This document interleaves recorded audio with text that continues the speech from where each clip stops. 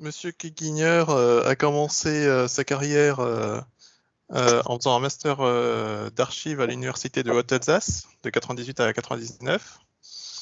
Après, il a été délégué à la délégation, enfin, il a été archiviste à la délégation de la DATAR de 2005 à 2007, pour ensuite continuer en étant archiviste au service historique de la Défense. Notamment, il a été chargé du bureau de la Résistance de 2013 à 2018 et depuis 2020, il est chef du centre d'archives économiques et financières au ministère de l'économie et des finances publiques et des finances plutôt et de l'action publique et des comptes publics.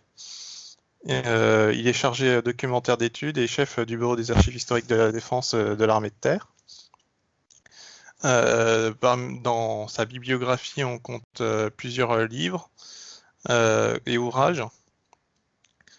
Parmi ceux-ci, je vais en citer quelques-uns, mais je vais peut-être pas tous les citer, mais il a dirigé la collection des messages, des messages envoyés et reçus par le BCRA, donc en rapport avec la Seconde Guerre mondiale. Il a écrit l'article Les trésors de la guerre de la DGSE. Il a fait la postface plus récemment de l'ouvrage de Fabrice Grenard, La traque des résistants à Paris. Et il a écrit en collaboration avec Fabrice Bourré Retracer le parcours d'un résistant, donc qui permet de retrouver, un genre de guide pour retrouver des résistants, pour ceux qui cherchent des résistants. Et enfin, il a participé à plusieurs conférences, notamment à Paris, sur la collaboration, donc aux côtés de Thomas Fontaine. La conférence s'appelle La collaboration à travers des fonds des services spéciaux conservés au service historique de la défense. Donc c'est en 2014-2015. Toujours la même année, une conférence sur le partenariat de l'Université de Dijon avec les archives nationales. Donc il a été invité à la maison de la MSH, de la Maison des sciences de l'homme à l'Université de Dijon, à côté de Jean Vigreux pour ça. Pour l'année 2018, au sein du cycle Trésor du patrimoine écrit, il y a une conférence de l'Institut national du patrimoine menée par Monsieur Keguigneur. Il y a eu une journée aussi d'études au service historique de la défense intitulée Parcours individuel dans la résistance.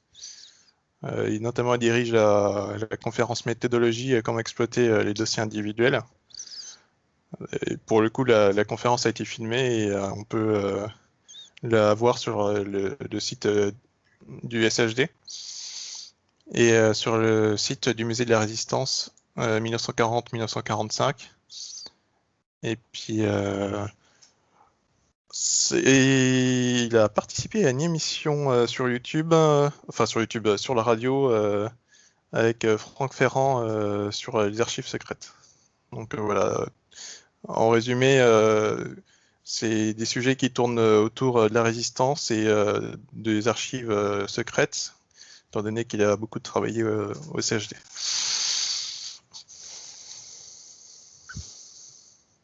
Merci. Merci pour cette présentation. En tout cas, nous vous transmettons maintenant la parole. D'accord. Peut-être pour compléter cette présentation. Oui, non, mais alors bon, je vais simplement compléter. Oui, effectivement. Donc, voilà, vous avez bien retracé mon parcours. Vous avez simplement oublié, mais ça, c'est pas très. Voilà, c'est normal, ça doit pas apparaître sur Internet. J'ai travaillé, j'ai commencé ma carrière au SGDSN, hein, c'est le Secrétariat général de la Défense et de la Sécurité nationale, en tant qu'archiviste entre 2001 et 2005. Donc avant de rejoindre la data. Donc, ce qui explique aussi voilà, voilà, mes connaissances dans le domaine du sujet que nous allons aborder aujourd'hui, puisque le SGDSN est le service qui est en charge de la réglementation sur la protection du secret. Donc, c'est aussi pour ça que je connais bien le sujet. Euh, bon, en tout cas, merci pour cette présentation. Alors, donc aujourd'hui, je vais vous parler de la question donc, des documents classifiés, des archives, en lien avec la polémique actuelle. Alors, je pense que dans un premier temps, je vais faire peut-être un focus sur les documents classifiés, parce que voilà, vous êtes archiviste, je pense que vous connaissez un petit peu la réglementation déjà sur l'accès aux archives. Donc, je voudrais d'abord insister dans un premier temps sur la question des documents classifiés, parce que c'est un sujet un peu complexe, pardon. On entend voilà, beaucoup parler des documents classifiés sans savoir précisément de quoi il s'agit. Vous m'entendez bien là ou pas? Ça va? Tout à fait. Tout à fait bien, oui. Bon, d'accord, parce que je vois plus rien, je vois plus personne, donc bon, ok, c'est normal. Ok, alors, là, c'est bon. Ouais. En fin Alors, de les compte, documents, vous inquiétez pas, justement, je vais demander aux étudiants pour l'instant de déconnecter leur vidéo, de d'accord, telle manière à ce que vous puissiez parler tranquillement sans être interrompu par des problèmes de connexion. Voilà. pas de Donc, problème. voilà, je vous laisse la parole. Alors, qu'est-ce que sont donc les documents classifiés? Alors, on retrouve la définition des documents classifiés dans deux codes législatifs. D'une part, le Code de la défense et d'autre part, le Code pénal. Et notamment donc, dans l'article 413.9 du Code pénal, qui dit quoi? Qui donne une définition en fait des documents classifiés et qui dit que les documents intéressant le secret de la défense nationale font l'objet de mesures de classification destinées à restreindre leur diffusion et leur accès. Ça, c'est le cadre général, c'est la définition globale qui est donnée au niveau législatif. Alors, pour en savoir un peu plus sur ces mesures de classification, il faut descendre au niveau réglementaire, donc au niveau décret, arrêté, circulaire, instruction, et notamment donc au niveau de l'instruction générale interministérielle 1300 sur la protection du secret de la défense nationale. Donc, vous avez peut-être entendu parler également, puisque c'est ce texte qui est un peu aujourd'hui l'objet de la polémique actuelle. Alors, l'IJ 1300, comme on l'appelle, donc, qui est un document qui a été qui est produit par le Secrétariat général de la Défense et de la Sécurité nationale, donc le SGDSN, donc là où j'ai travaillé, là entre 2000 et 2005. Donc, le SGDSN est un service du Premier ministre, donc il a une vocation interministérielle. C'est aujourd'hui l'autorité nationale de sécurité en France, et donc il a notamment en charge la réglementation sur la protection du secret. Donc, l'instruction générale interministérielle 1300 date de 2011, mais il existait d'autres IJ 1300 avant. La première IJ date de 1952. Elle a ensuite été refondue en 1966, en 1981, en 2003, en 2011, donc celle sur laquelle on est actuellement. Et elle est actuellement en cours enfin, il y a une nouvelle version qui est en cours de finalisation qui va être publiée très, très prochainement. Donc, c'est dans cette instruction qui est accessible, hein, que vous pouvez consulter en ligne, qu'on retrouve toutes les informations sur la constitution des documents classifiés, leur protection, leur diffusion, enfin, tout ce qui concerne en général ce type de documents. Alors, que nous dit donc cette instruction sur les documents classifiés? Alors, ce qu'il faut savoir, c'est que les documents classifiés sont répartis par niveau de classification. On a aujourd'hui depuis 1981 d'ailleurs, on a trois niveaux de classification, que sont le confidentiel défense, le secret défense et le très secret défense. Donc, ces niveaux de classification sont figurés par la position de tampon rouge sur les documents, confidentiel défense, secret défense, très secret défense sur ces documents. Alors, le confidentiel défense, c'est le niveau, je dirais, le moins sensible, entre guillemets, pour les informations les moins sensibles en tout cas. Ça représente la grande majorité des documents classifiés, hein. Je pense que plus de 95% des documents classifiés produits en France aujourd'hui sont des documents de niveau confidentiel défense. Le niveau secret défense, c'est le niveau un peu intermédiaire. Et puis, le niveau très secret défense, c'est le niveau le plus élevé, le niveau de protection le plus élevé, pour lequel que les archivistes ne verront pas, puisque des documents très secrets défense, bon, déjà, il y en a très très peu. Ce sont pour des informations très protégées et en fait, autant les documents confidentiels défense ou secret défense peuvent être versés et doivent être versés dans des services d'archives publiques en France, autant le niveau secret défense, très secret défense, pardon, ne peut pas être versé et doit être conservé dans des conditions particulières. Et seules quelques antennes de classification, enfin, des antennes, ce qu'on appelle des antennes très secret défense, en France, sont habilitées à conserver ce type de documents. Normalement, vous n'en verrez jamais. Voilà en gros pour les classifications actuelles. Donc avant 1981, on avait les mêmes mentions de classification qui apparaissaient.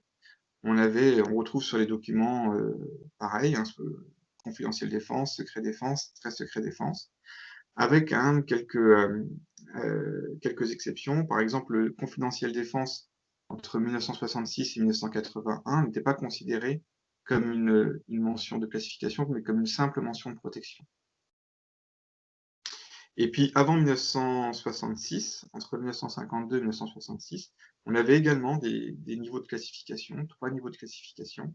On avait le secret confidentiel, le secret et le très secret. Voilà. Et enfin, avant 1952, on retrouve aussi sur des documents, notamment de la Seconde Guerre mondiale, des tampons, hein, secrets, très secrets. Sauf que là, le problème, c'est qu'aucun texte réglementaire ne les définit. C'est-à-dire qu'on n'a jamais retrouvé de documents qui précisent ce que sont ces mentions qu'on peut retrouver sur des documents produits antérieurement à 1952. On va retrouver par exemple des documents top secret, ultra secret, secret, sauf qu'on ne sait pas, enfin, aujourd'hui personne ne sait, et le GDSN ne sait pas non plus, il ne nous dit pas, ce que sont ces documents, est-ce qu'on peut les considérer comme des documents classifiés ou pas, sachant qu'aucun texte ne les définit précisément. Alors que les autres mentions dont je vous ai parlé sont considérées comme des mentions de classification protégées au titre du secret de la défense nationale. Voilà, donc ça, ce sont pour les classifications nationales. On peut retrouver également dans les fonds d'archives en France des documents produits par des autorités internationales. Je pense notamment aux organisations internationales de défense et de sécurité, type l'OTAN ou l'Union européenne, voire des documents classifiés par des États étrangers, voilà, qui ont été transmis en France dans le cadre de relations bilatérales. C'est beaucoup plus rare, hein, mais ça peut arriver. Voilà un peu les types de documents classifiés qu'on peut retrouver aujourd'hui dans les services d'archives, sachant que on retrouve surtout des documents classifiés dans les services d'archives nationaux. Ce sont donc les archives nationales, les archives diplomatiques et surtout le service historique de la défense. Mais on peut être aussi amené à retrouver parfois des documents classifiés dans les archives départementales, notamment dans les fonds des cabinets de préfets. Ça peut arriver aussi. Donc voilà un peu pour ce qui est des niveaux de classification. Alors, maintenant, comment accéder à ces documents? Alors, là encore, l'IGIT récent est assez précis sur le sujet. Pour accéder à un document classifié, il faut remplir 2 conditions. La première condition, c'est l'habilitation. En règle générale, un agent est habilité il est toujours d'ailleurs habilité à un niveau de classification. Moi, par exemple, je suis habilité au niveau secret défense, c'est-à-dire que je peux accéder aux documents jusqu'au niveau secret défense, donc confidentiel défense et secret défense. En revanche, je ne peux pas accéder à des informations de niveau très secret défense. Donc ces habilitations sont délivrées après enquête des services de renseignement qui évaluent en fait la vulnérabilité des personnes qui peuvent être amenées donc à manipuler ce type de documents. Voilà, si vous ne présentez pas de vulnérabilité particulière, vous pouvez être habilité à tel ou tel niveau de classification. Donc ça, c'est la première condition à remplir pour accéder à des documents classifiés, c'est l'habilitation. Mais ça ne suffit pas. il y a une deuxième condition à remplir, c'est ce qu'on appelle le besoin d'en connaître. Alors le besoin d'en connaître, c'est quoi? C'est le fait que, ce n'est pas parce que vous êtes habilité, comme moi, secret défense que, vous pouvez accéder à tous les documents secret défense. Il faut que, vos missions, vos attributions justifient le fait d'accéder à certains documents secret défense.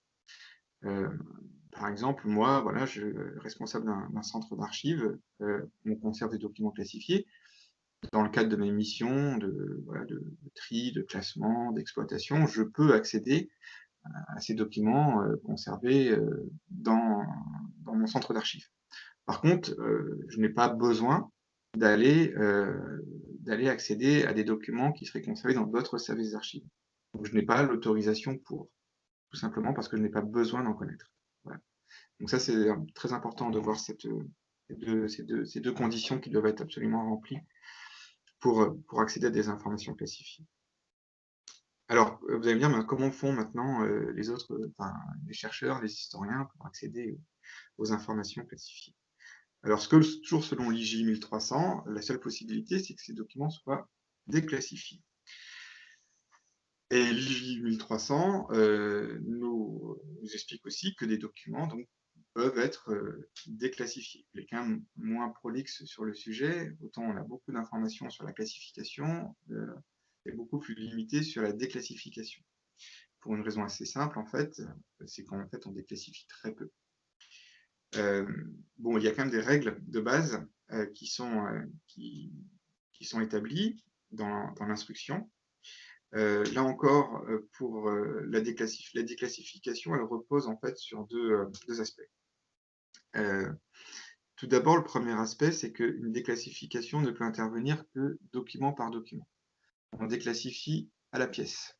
En gros, ça veut dire quoi? Ça veut dire que pour déclassifier un document, il faut le consulter, l'examiner, évaluer sa sensibilité, et si effectivement on considère qu'il n'est plus sensible, on appose un tampon supplémentaire sur le document, un tampon simple déclassifié, et à côté de ça, on rédige une décision de déclassification.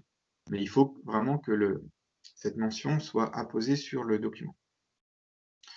Donc voilà, déclassification à la pièce, donc ça c'est le premier principe. Et le deuxième principe, deuxième contrainte entre guillemets, c'est que seuls les services qui ont émis les documents classifiés peuvent le déclassifier. Et ça, c'est vraiment, on va le voir après, un gros problème. En gros, c'est-à-dire que, par exemple, un document émis par le ministère des Armées qui peut se retrouver dans un service des affaires étrangères, qui ensuite versé aux archives diplomatiques, ne pourra être déclassifié que par le service qui l'a classifié, et pas par le service qui en a été destinataire. Donc, et on va voir, c'est justement ça qui pose aujourd'hui beaucoup de problèmes. Alors, l'IJ 1300, même si elle parle effectivement assez peu de déclassification, a rappelé quand même dans ces différentes versions de l'IJ la nécessité de réévaluer régulièrement la sensibilité des documents classifiés.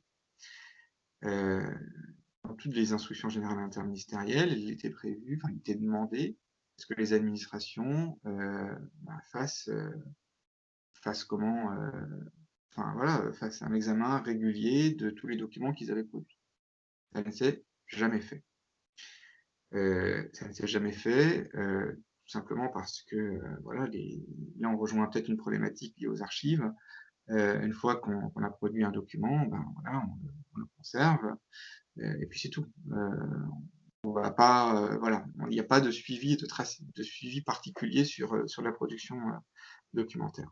Ce qui fait que pendant des années, donc des administrations, notamment donc le ministère des Armées, mais pas que, des autorités classificatrices, il y en a un peu partout.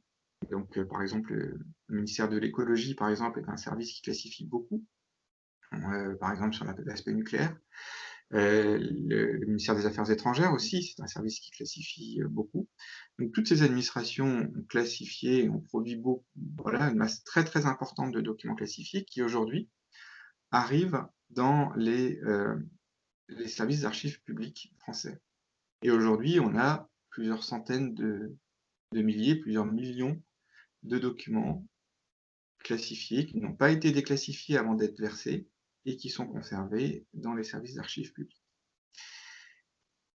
Et c'est un peu là tout le problème actuel, qui est que maintenant, c'est aux archivistes de ces services de gérer l'accès à ces documents classifiés, avec toutes les contraintes dont je vous ai parlé, des classifications à la pièce, des classifications uniquement par l'autorité émettrice, toujours donc selon l'instruction générale interministérielle 1300.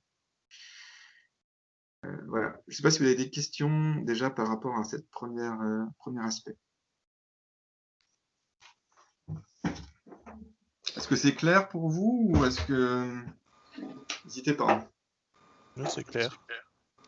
Oui, moi j'ai déjà une petite question. Oui. Donc vous avez mentionné 1952 pour le premier document qui définit en fait des règles par rapport aux différentes appellations, secrets, etc. Et pour l'instant, nous avons assisté dans un premier temps à un blocage à partir des archives de 1940. Oui. Du coup, sur quel fondement, finalement, s'est posé le choix de la date de 1940 pour dire qu'il a fallu, qu'il faut réexaminer les archives à partir de cette date-là? Alors, en gros, sur aucun fondement. Ce sont les archives nationales qui, les premiers, en fait, ont lancé ces opérations de déclassification des archives de la Seconde Guerre mondiale, suite à l'arrêté du 24 décembre 2015 sur l'ouverture des archives de la Seconde Guerre mondiale. Donc, c'est un arrêté qui a été pris donc, sous Hollande et qui prévoyait que toutes les archives de la Seconde Guerre mondiale pouvaient être communiquées, puisque c'était un arrêté qui avait été porté aussi beaucoup par les archives nationales, parce que certains dossiers de la Seconde Guerre mondiale, notamment du ministère de l'Intérieur, qui étaient conservés aux archives nationales, étaient protégés par un délai de 75 ans. Et au début des années 2010, des dérogations étaient encore nécessaires pour accéder à ces documents, et le ministère de l'Intérieur refusait assez systématiquement les dérogations. Donc voilà, il y a eu une sorte de tir groupé de la part des archives nationales de certains historiens pour accélérer le mouvement, et donc ça a donné lieu donc à un arrêté qui a été signé par Hollande. Et dans le cadre de la préparation de cet arrêté, la question des documents classifiés s'est posée. Alors que jusqu'à présent, on n'en parlait pas, on va en revenir tout à l'heure. Hein, en 2008, quand il y a eu la loi sur les archives, on n'a jamais parlé de documents classifiés, ou très peu. Et même avant, on n'a pas posé la question. Et la question des documents classifiés s'est posée, et en interministériel, il y a eu des réunions, et les personnes présentes ont décidé que, ok, on communiquait tout ce qui concernait la Seconde Guerre mondiale, mais il fallait tout déclassifier, sans se poser la question de savoir si on pouvait considérer que les documents de cette date étaient des documents classifiés. Voilà. Ce qu'il faut savoir dans cette affaire, c'est que les gens qui ont pris des décisions ignoraient peut-être, parce que c'est très complexe cette question, et beaucoup de gens qui ont pris des décisions sur cette question n'avaient peut-être pas toutes les cartes en main. Et voilà. Et les gens, je pense, qui ont pris cette décision en 2015 de publier un arrêté indiquant qu'il fallait déclassifier, je pense, ne se rendaient pas compte que, en fait, avant 1952, on n'avait pas vraiment de documents classifiés, en tout cas rien de. Donc voilà, donc c'est vraiment, je pense, à partir de 2015 qu'on a vraiment commencé à entendre parler de cette question des documents classifiés, en tout cas aux archives nationales. Et donc l'année 1940 est liée un peu à ça, je pense. Est-ce que vous aviez d'autres questions? Oui, encore. Virgile, vas-y. Oui, bonjour monsieur. Je voulais savoir, excusez-moi, j'avais mal noté tout à l'heure, vous disiez qu'il y avait 2 conditions pour qu'un document doit être, pour accéder à un document classifié, vous aviez dit être habilité. Et je n'avais pas noté le deuxième. Alors, oui, l'habilitation, donc ça c'est la première chose. Et la deuxième condition, c'est ce qu'on appelle la notion du besoin d'en connaître. Besoin d'en connaître, en fait, c'est simplement le fait de justifier, de par ses missions et ses attributions, l'accès aux documents classifiés. Très bien. Merci à vous. Du coup, j'ai une petite question complémentaire Oui. sur les archives très secret défense. Alors, pour bien comprendre, est-ce que c'est une catégorie d'archives publiques qui échappe à l'archivage, ou est-ce qu'elles sont quand même archivées, mais avec des délais de communication spécifiques, ou voilà, je n'ai pas forcément très bien saisi. Oui. Alors, des documents très secret défense, donc déjà, il y en a effectivement, comme je l'ai dit, très très peu. Ce sont des documents qui sont produits dans des instances de haut niveau, notamment les conseils de défense, qui sont en général les documents produits dans le cadre des conseils de défense sont classifiés très secret défense, ou alors pour des thématiques particulières. C'est-à-dire, ce que je n'ai peut-être pas expliqué parce que bon, c'est peut-être pas nécessaire, mais il y a des classifications spécifiques pour certaines thématiques. Ce qu'on appelle diamant, par exemple, rubis, qui sont des classifications pour le domaine du renseignement ou pour le domaine du nucléaire, qui sont très souvent aussi du niveau très secret défense. Alors, les documents TSD sont des documents d'archives publiques comme les autres. Ils ne peuvent pas être versés en l'état dans la mesure où, ce que je disais, il n'y a pas d'antenne de protection. Il n'y a pas la protection nécessaire dans les services d'archives publics pour les conserver. Mais il est bien prévu que ces documents très secret défense ont un niveau de protection qui évolue au cours du temps. Et donc, ces documents très secret défense seront à terme soit déclassifiés, soit déclassés. Alors, c'est quoi le déclassement? C'est de passer d'un niveau à un autre. Par exemple, un niveau très secret défense peut passer au niveau secret défense ou secret défense passer au niveau confidentiel défense. Donc, voilà, ces documents échappent à l'archivage, entre guillemets, mais de manière temporaire, puisque leur niveau est trop élevé, si vous voulez, pour pouvoir permettre un archivage temporaire.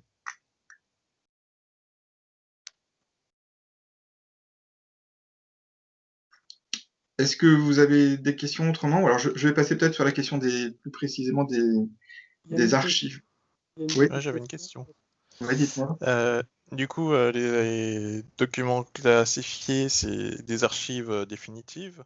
On voit souvent dans les films des espions aller chercher des documents ou des taupes regarder les documents, etc. Mais est-ce que c'est le cas ou est-ce que c'est vraiment des documents qui sont fermés à double tour et elle reste dans le noir, quoi? Je sais pas si j'étais clair, mais... Ouais, alors non, les mesures de protection sont très strictes pour les documents de secret défense. C'est-à-dire que c'est pas des documents de manière générale, tous les documents classifiés doivent être conservés dans des coffres, dans des zones. Alors, c'est même plus loin que ça. Donc, il y a des lieux abritant des documents protégés au titre du secret de la défense nationale. Donc voilà, c'est prévu par des textes. L'IJ 1300, elle nous explique en détail tout ce qu'il faut faire pour protéger les documents classifiés, donc mise en coffre. Pour les documents secret défense et secret défense, il y a un inventaire précis et détaillé, donc on sait précisément, par exemple, que telle personne a dans son bureau, dans son coffre, tel document. Il y a une prise en charge. Tout ça, pour le coup, c'est très bien suivi en fait.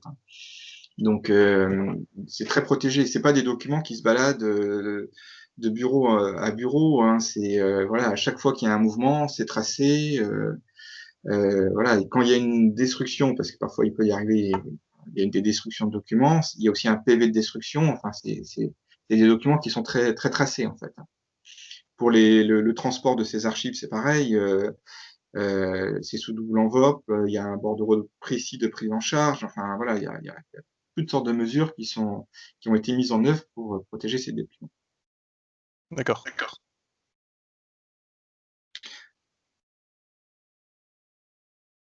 D'autres questions? Ne bougent plus et elles ne sont plus ouvertes. Vous parlez des documents de défense? en particulier des documents sensibles très secret défense, mais qui sont classés en général. Alors, les documents classifiés très secret défense sont gérés dans des antennes spécifiques, comme je l'expliquais. Une fois qu'ils n'ont plus d'utilité administrative, elles restent dans ces organismes. Tant qu'elles ne sont pas déclassées ou déclassifiées, elles restent dans ces organismes. Par exemple, au SGDSN, le SGDSN donc, assure le secrétariat des conseils de défense. On entend souvent parler des conseils de défense en ce moment, avec toutes les crises, la crise sanitaire, le terrorisme. Voilà, on va faire le lien avec les archives elles-mêmes. Alors, je ne sais pas quel est votre degré de connaissance sur les règles de communicabilité des archives publiques en France. Donc, je vais vous faire un petit récapitulatif assez bref. Donc, depuis 2008, les archives, c'est l'article L213.2 du Code du patrimoine.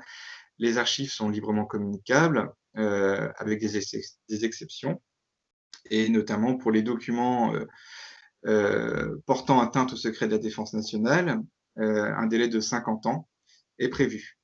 Le Code du patrimoine ne parle pas de documents classifiés, il parle uniquement de documents portant atteinte au secret de la défense nationale. Mais quand on fait le lien avec ce qui est écrit dans le Code de la défense ou le Code pénal, on se rend compte que c'est la même chose. Des documents classifiés, ce sont des documents qui portent atteinte au secret de la défense nationale. Et donc, des documents qui ne sont pas classifiés ne peuvent en aucun cas, on ne peut pas les considérer comme des documents portant atteinte au secret de la défense nationale. C'est en creux, si vous voulez. Donc voilà, donc le Code du patrimoine prévoit donc un délai de 50 ans pour la communication de ces archives. Et avant la loi de 2008, on était sous la loi de 1979, et là, le délai de communicabilité pour ces types de documents était de 60 ans.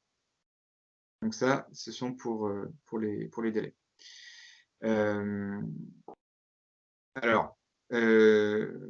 Donc concrètement, ça fait déjà plusieurs années que voilà, la situation est telle qu'elle est actuellement, c'est-à-dire que les textes n'ont pas beaucoup évolué. Mais donc vous avez vu que la polémique sur l'accès aux documents classifiés est ressortie simplement en 2020. Donc on peut se demander en fait pourquoi. Alors pour ça, je voudrais un petit peu revenir sur mon expérience personnelle et professionnelle, notamment au sein du SGDSN. Donc moi, je suis arrivé au SGDSN en 2000-2001, en tant qu'archiviste. Dans le cadre de mes missions, j'étais chargé d'instruire les demandes de dérogation, parce que le SGDSN produisait aussi des documents classifiés qui étaient communiqués au SHD. Et donc, dans ce cadre-là, moi, voilà, j'étais chargé de suivre un peu toutes ces demandes de communication. À ce moment-là, en fait, la situation était beaucoup plus simple et plus limpide, dans le sens où on faisait bien la distinction entre la réglementation sur la protection du secret, d'un côté, et la réglementation sur les archives. Donc, pour ce qui me concerne, quand j'étais au SGDSN, durant cette période, on communiquait, donc là on était sous la loi, sous le délai de 60 ans, on communiquait après un délai de 60 ans des documents classifiés, en considérant que le délai était échu au niveau de la loi sur les archives, donc on communiquait librement ces documents. Ça ne posait pas de problème. Et on allait même plus loin, puisque la loi de 79, comme ensuite plus tard la loi de 2008, prévoyait aussi des dérogations individuelles pour la communication des archives. Donc dans ce cadre-là, moi j'instruisais des demandes de dérogation, et on accordait à des chercheurs la possibilité d'accéder avant l'échéance du délai de communicabilité des documents classifiés. Et ça ne posait non plus aucun problème. C'est pour ça que des historiens, vous avez sans doute entendu parler comme Raphaël Branche, par exemple, qui travaillait au début des années 2000 sur la guerre d'Algérie, a pu faire sa thèse sur la guerre d'Algérie et avoir accès à tous les documents classifiés, alors que ces documents n'étaient pas librement communicables à l'époque. Et ça ne posait pas de problème, puisqu'elle avait une dérogation. Voilà, donc ça, c'était début des années 2000. En 2003, donc, il y a eu, comme je vous l'ai dit au début de mes propos, il y a eu une refonte de l'IJ 1300, et ce principe a été acté, c'est-à-dire que dans l'instruction générale interministérielle 1300, on l'a bien considéré que, effectivement, on avait d'un côté la réglementation sur la protection du secret, mais il y avait de l'autre côté la loi sur les archives, et donc on pouvait, sans difficulté particulière, accorder des dérogations pour des documents classifiés, et que dans tous les cas, après 60 ans, de toute façon, ces archives devenaient librement communicables. Voilà, donc moi, je suis resté au SGDSN jusqu'en 2005, ensuite donc j'ai rejoint la DATAR, puis ensuite le SHD, donc j'avais un peu oublié tout ça. Et puis quand je suis revenu au SHD, donc au début des années 2010, la situation avait bien changé, alors que les textes législatifs étaient les mêmes, hein. La loi de 2008 n'avait rien changé du tout, à part baisser le délai de 60 à 50 ans, mais c'est tout, ça n'avait rien changé du tout. Et là, en 2011, donc, c'est le cœur du problème, il y a eu une nouvelle instruction générale interministérielle 1300 pour laquelle l'interprétation avait complètement évolué, et qui disait ceci, qui disait qu'en gros, les documents classifiés ne pouvaient pas être communiqués même après l'échéance du délai de 50 ans, sans avoir au préalable été déclassifiés. Ce qui était une nouveauté déjà importante. Ça, c'était le premier aspect. Et le deuxième aspect, c'était de se dire que il n'y avait pas de possibilité de dérogation individuelle, que si un chercheur demandait à avoir accès à des documents classifiés de moins de 50 ans, il devait faire une demande de dérogation plus une demande de déclassification. Il y avait ce qu'on appelait un double verrou, enfin, ce qui existe toujours d'ailleurs en fait. Et du coup, la demande de dérogation était liée à la demande de déclassification. Voilà, donc ça changeait à peu près tout, quoi. Sur le fait de se dire que après 50 ans, les documents classifiés ne pouvaient pas être communiqués sans avoir été déclassifiés au préalable, l'idée c'était de se dire, en fait, enfin, pour le SGDSN à l'époque, en 2011, c'était de se dire que il s'agissait d'un formalisme, c'est-à-dire qu'il fallait déclassifier, qu'en gros l'administration n'avait pas le choix, puisque le délai était échu, mais qu'il fallait quand même apposer un tampon sur chaque document. Très concrètement, en 2011, quand cette instruction est parue, il ne s'est rien passé. Pour une raison simple, c'est qu'à ce moment-là, on parlait très très peu de documents classifiés déjà. Et puis, en tout cas, voilà, c'était aux archives nationales notamment, ou même aux archives diplomatiques, je dirais que cette question-là n'était pas connue, hein, pas du tout. Même si eux-mêmes, même si ces services conservaient beaucoup de documents classifiés, c'était une thématique qui n'était pas connue. Le SHD était quand même un peu plus sensibilisé à la question, donc avait fait état quand même auprès de sa tutelle, auprès du ministère, du fait que c'était impossible et que de toute façon, on allait continuer à faire comme on faisait avant, c'est-à-dire à communiquer des documents pour lesquels qui étaient devenus librement communicables, mais qui étaient hors de question de tamponner chaque document en disant déclassifié, ça n'avait aucun sens. Donc ça s'est arrêté là. On a continué comme ça pendant plusieurs années. Sauf qu'on s'est rendu compte au fil des années, et notamment donc à partir de 2015, notamment quand il y a eu l'arrêté sur l'ouverture des archives de la Seconde Guerre mondiale, dont je vous ai parlé tout à l'heure, là, qui faisait mention de la déclassification, que progressivement, les services producteurs, les administrations demandaient de plus en plus à ce que, qu'on soit sûr que les documents soient déclassifiés ou pas. Enfin voilà, on sentait progressivement au fil des années une tendance à ça. Et puis donc en 2019, donc, quand j'étais encore au SHD, le ministère des Armées a demandé officiellement au SGDSN ce qu'il fallait faire. Donc il y a eu une réunion de haut niveau avec les principaux services d'archives en France, les archives nationales, les archives diplomatiques, donc les archives militaires, le service interministériel des archives de France. Et donc là, le SGDSN a rappelé simplement les termes de l'IJ 1300 en disant vous ne pouvez pas communiquer de documents classifiés, quelle que soit leur date, il faut qu'ils soient au préalable déclassifiés. Ce qui s'est passé, c'est que, en gros, les archives nationales, les archives diplomatiques ont baissé la tête, voilà, et que les armées ont dit nous, c'est pas possible, on sera obligé de fermer notre service. et il n'y a pas eu de réponse de la part du SGDSN, et du coup, il y a eu une décision en janvier 2020 de fermer le service, enfin de fermer les fonds classifiés au SHD, ce qui représente à peu près 60% de nos fonds. Et à partir de là, tout s'est emballé. Voilà un peu l'origine de l'affaire. Alors je sais pas que bon, c'est vrai que c'est un peu une affaire de spécialiste, mais je sais pas si j'ai été assez clair ou pas, ou si vous avez compris un petit peu le déroulé de cette affaire. Des questions? Forcément une question. Après, les étudiants, n'hésitez pas vous aussi à lever la main, à prendre la parole. Forcément une question. Quand on rapproche l'IGI 1300 de novembre 2011 et le délai de 50 ans, euh, on se rapproche assez rapidement de 1962. Euh, alors, forcément se pose la question qui a été posée aussi dans le, dans le domaine, enfin, voilà, par d'autres associations d'archivistes et d'autres associations, je pense en particulier à l'association Maurice Audin. Est-ce que derrière cette IGI, il n'y aurait pas aussi la question de la guerre d'Algérie et la sensibilité de certaines archives? Oui, très certainement. Il y a effectivement la question, derrière tout ça, il y a la question de la guerre d'Algérie.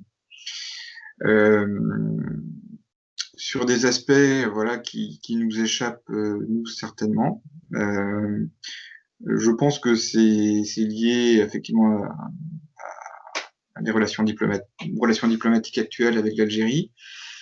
C'est lié aussi à des aspects peut-être plus techniques dans le domaine nucléaire, dans le domaine chimique.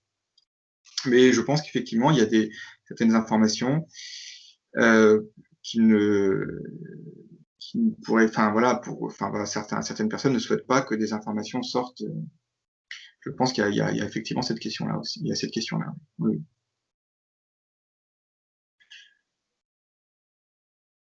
Est-ce que vous avez d'autres questions?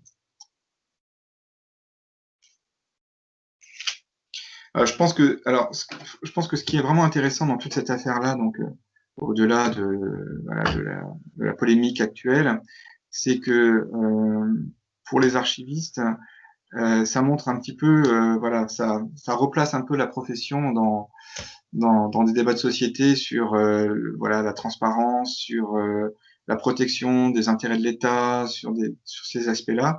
Voilà, je pense que c'est vraiment intéressant voilà, de considérer que les archivistes, voilà, les archives en général, ben, voilà, représentent un peu un défi démocratique, hein, dans la mesure où on est au cœur vraiment de ces questions de transparence du citoyen et d'un autre côté donc de la protection des intérêts de l'État ou des intérêts des personnes aussi simplement. Hein. Donc voilà, je pense que ça c'est vraiment intéressant de voir ce débat à travers ce prisme-là. Et il y a sans doute eu une peur un peu politique. Est-ce que vous, à l'intérieur de l'institution, vous avez aussi pu observer des phénomènes de peur administrative, c'est-à-dire, je dirais, presque des phénomènes d'anticipation, de crispation, voilà, de dire bah, il faut qu'on ferme par peur du scandale. Voilà. Est-ce qu'à un certain moment, comment est-ce qu'une peur politique peut se transmettre dans un service d'archives? Quelle forme est-ce que ça peut prendre et, voilà, et quel impact ça peut avoir concrètement sur le métier d'archiviste? Alors je pense qu'il faut voir les choses un peu sens contraire. Je pense que c'est plutôt une peur administrative qui remonte au niveau politique. Je pense que c'est plutôt ça en fait. Je pense que derrière, il y a aussi beaucoup de fantasmes derrière la question des archives en fait. Et puis une méconnaissance aussi très importante de ce que sont les archives, de ce qu'est la réglementation sur les archives. Pendant très longtemps, je pense que chacun a un peu vécu dans son monde. C'est ce que j'ai écrit, hein, et c'est ce que je pense toujours. Puisque moi, j'ai travaillé auprès des services producteurs d'un côté, et puis ensuite auprès des services d'archives. Et voilà, je me suis rendu compte que voilà, la réglementation sur les archives, enfin voilà, l'accès au bout d'un délai de 50 ans, ben, c'est quelque chose qui n'était pas connu du tout des services producteurs et qui n'imaginait même pas une seule seconde que voilà, des archives classifiées pouvaient, au bout de 50 ans, être communiquées librement. C'est quelque chose qui les voilà. Et puis, d'un autre côté, pendant très longtemps, les archivistes ignoraient aussi complètement la question du secret de la défense nationale, quoi. Pour beaucoup, alors surtout aux archives nationales ou aux archives diplomatiques, un petit peu moins quand même au SHD, mais aux archives nationales, par exemple, pendant très longtemps, les archivistes n'étaient pas du tout habilités, géraient les documents classifiés comme des documents classiques, sans se poser beaucoup plus de questions. Donc, dans les deux cas, enfin, ça a été une découverte, je pense. Ça a été une découverte à la fois pour les services producteurs, se rendre compte qu'il y avait effectivement une réglementation sur les archives et qu'il y avait une obligation à terme de communiquer ces documents. Et puis d'un autre côté, il y avait les archivistes qui, d'un seul coup, découvraient que il y avait une autre réglementation que le Code du patrimoine qui existait, qui avait effectivement une instruction générale interministérielle 1300 qui existait. Voilà, donc ça a été un peu une découverte dans les deux sens. Voilà. D'autres questions?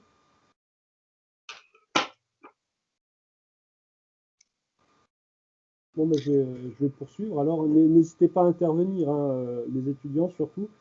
Euh, euh, on parle d'IGI, donc d'instruction générale interministérielle, face au Code du patrimoine, qui est une loi, et qui fait force à la loi, et qui, elle, ouvre normalement la communication des documents au bout d'un délai de 50 ans. Voilà. Comment se fait-il, dans ce cadre précis, qu'une IGI, une instruction ministérielle, puisse s'imposer finalement à une loi qui Oui. est normalement une forme un peu plus élevée? Oui, alors effectivement, c'est un argument qui a été repris assez régulièrement depuis quelques mois par les historiens et par certaines associations.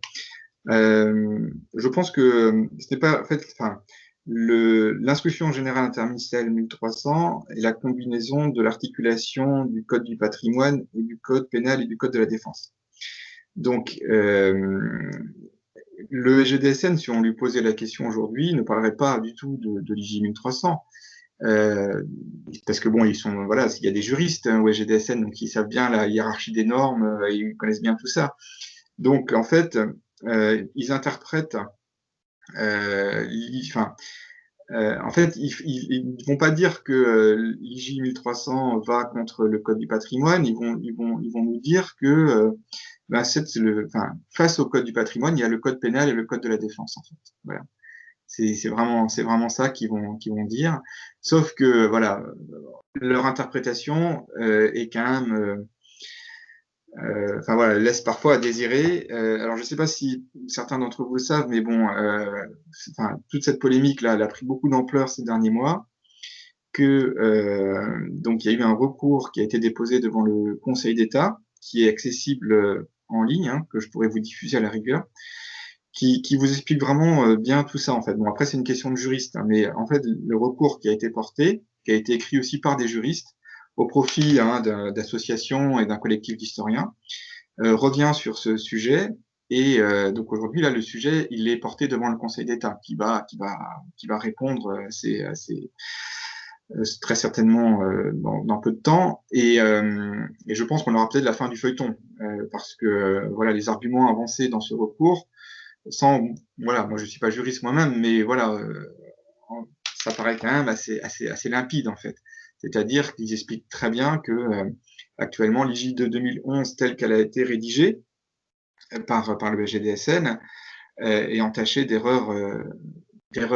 Enfin voilà, c'est pas du tout conforme à la loi. Donc voilà, je pense que le feuilleton va s'arrêter avec la décision du Conseil d'État. Ce qui est intéressant à noter aussi, je pense, et ça, si on essaie un peu d'élever un peu le débat, c'est pourquoi comment les services d'archives et ont flanché aussi vite. Et ça pose la question de la place des archivistes en France aussi, je pense, et du service des archives en France. C'est-à-dire que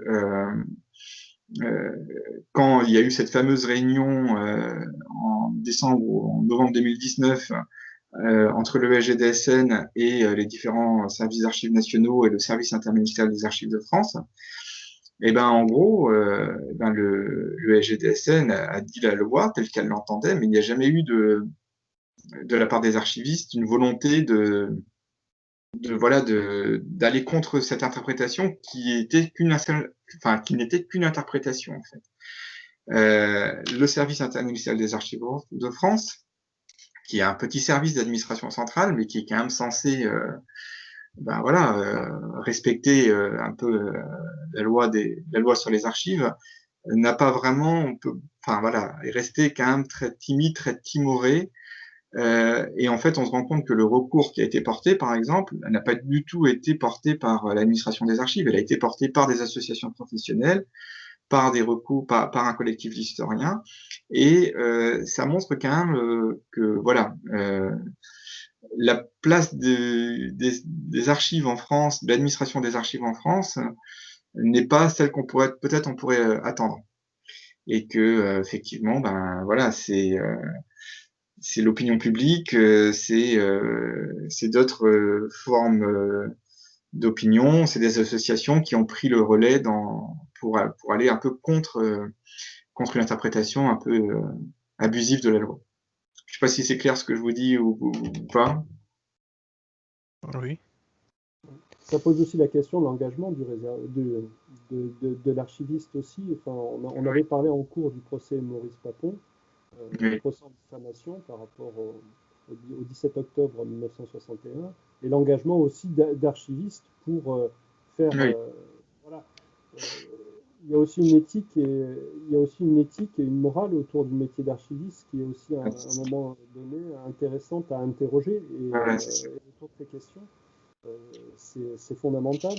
Moi, j'avais une autre question aussi sur la difficulté aussi d'exercer son métier d'archiviste dans un domaine aussi complexe que celui de la défense, quand on est confronté justement à une multitude d'archives qui peuvent être classifiées. Est-ce que c'est pas parfois difficile de pouvoir juger l'archive, de sentir la sensibilité d'un document, de pouvoir justement émettre un avis technique sur la sensibilité de l'archive? Est-ce que ça ne demande pas aussi, finalement, de la part de l'archiviste, un travail d'acculturation au milieu dans lequel il souhaite travailler?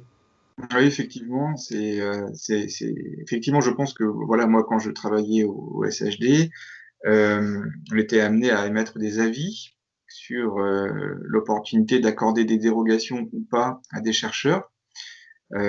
Et on n'est pas des spécialistes de tous les domaines relevant de la défense, hein, que ce soit des domaines très techniques, mais aussi sur les relations diplomatiques, par exemple. Donc c'est vrai que c'était très compliqué. Il y a une part importante de subjectivité aussi. Ce qu'il faut savoir, c'est que normalement, donc dans le cadre d'une dérogation, par exemple, de l'instruction d'une demande de dérogation, le service des archives émet un avis, mais ensuite c'est l'administration qui décide ou pas de la décision finale. Mon expérience me laisse penser que même au sein de l'administration, c'est pas toujours très très clair, et que la sensibilité de l'information elle-même, elle est comment je pourrais dire, c'est difficile en fait même pour des spécialistes du sujet de savoir ce qui est sensible ou pas en fait. Voilà, c'est un peu la question, même les premiers concernés. Il y a des choses il y a des documents classifiés par exemple qui peuvent être déclassifiés très rapidement. Je pense par exemple un ordre d'opération à un instant donné, par exemple. Une fois que l'opération est finie, la classification pourrait tomber en fait. Pour des sujets sur du plus long terme, sur des relations diplomatiques par exemple, c'est beaucoup plus compliqué effectivement. Et donc dans ce cadre-là, l'archiviste se pose des questions effectivement. Il émet des propositions, mais on n'est pas à l'abri effectivement d'avoir une mauvaise interprétation et de mal juger en fait certains documents qui en fait sont peut-être moins sensibles qu'on l'imagine ou au contraire plus sensibles. De manière générale, c'est vraiment la prudence dans les services d'archives, c'est-à-dire que les dérogations qui sont accordées, que ce soit sur des documents classifiés ou même sur des documents qui ne sont pas classifiés, voilà, porte sur des informations, on est à peu près sûr que voilà, les informations ne sont plus sensibles. C'est quand même la prudence qui règne. Est-ce que la personnalité du chercheur va rentrer en compte dans l'obtention de la dérogation ou est-ce que l'avis se fait exclusivement sur la base des fonds qui sont Non, sollicités? oui, oui. Alors non, il y a effectivement il y a un équilibre entre le chercheur, la qualité du chercheur et, le fond concerné. C'est toujours deux variables à examiner. On donnera beaucoup plus accès à un historien qu'à un journaliste, par exemple. Ça, c'est clair. Donc voilà, il y a toujours un équilibre à trouver entre. Et plus globalement, en général, toutes les études universitaires sont privilégiées par rapport à des personnes qui font des recherches personnelles sans beaucoup plus de justification, en fait. Mais bon, très clairement, moi, voilà, j'ai travaillé dans le domaine depuis 20 ans. Je me rends compte d'un durcissement assez important sur ces questions-là, de la part même de certains archivistes. Hein. Voilà, le fait de surtout ne pas prendre de risques. Hein. Donc voilà, des choses qu'on aurait accordées il y a 20 ans ne le sont plus maintenant. C'est sûr. C'est vraiment certain. Donc il y a vraiment un durcissement et à mon avis qui va pas s'arrêter parce que même si effectivement sur la question des documents classifiés, voilà, le Conseil d'État donne raison aux historiens, aux archivistes, on aura à un moment donné ou à un autre un retour de bâton, ça c'est sûr. Et ça va se manifester par des fermetures de fonds récents, mais avec beaucoup moins de dérogations accordées. Voilà, ça c'est clair. J'ai une question. Oui. Enfin, par rapport à la frilosité des archivistes, enfin, du coup, c'est une remarque, c'est que ça peut en effet être le fait qu'ils ne soient pas forcément très spécialisés sur certaines questions, très pointues d'un point de vue juridique.